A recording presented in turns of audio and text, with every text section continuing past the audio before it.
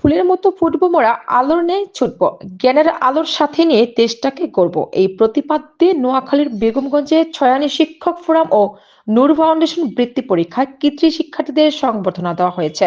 Staff reporter Shahabuddin জানান, সোমবার সন্ধ্যায় ছয়ানী উচ্চ বিদ্যালয় মাঠে নূর গ্রুপের চেয়ারম্যান মাহফুজুর রহমানের পৃষ্ঠপোষকতায় শিক্ষক ফোরামের উপদেষ্টা নূর নবী চৌধুরীর সভাপতিত্বে ১০৯ জন কৃতি শিক্ষার্থীকে নগদ অর্থ, ক্রেস্ট ও পুরস্কার প্রদান করেন প্রধান অতিথি নোয়াখালী জেলা শিক্ষক অফিসার নুরুদ্দিন মোহাম্মদ জাহাঙ্গীর। এ সময় ফোরামের সাধারণ সম্পাদক হাবিবুর রহমান ও নূর ফাউন্ডেশনের সদস্য মোহাম্মদ আবুল হোসাইনের সঞ্চালনায় বিশেষ অতিথি হিসেবে উপস্থিত ছিলেন উপজেলা মাধ্যমিক শিক্ষা অফিসার জহিরুল ইসলাম, উপজেলা প্রাথমিক শিক্ষা অফিসার উম্মে তাহনান সুলতানা, এম হুদা কনস্ট্রাকশন লিমিটেডের ম্যানেজিং ডিরেক্টর নুরুল হুদা সহ ইউনিয়নের গণ্যমান্য ব্যক্তিবর্গ।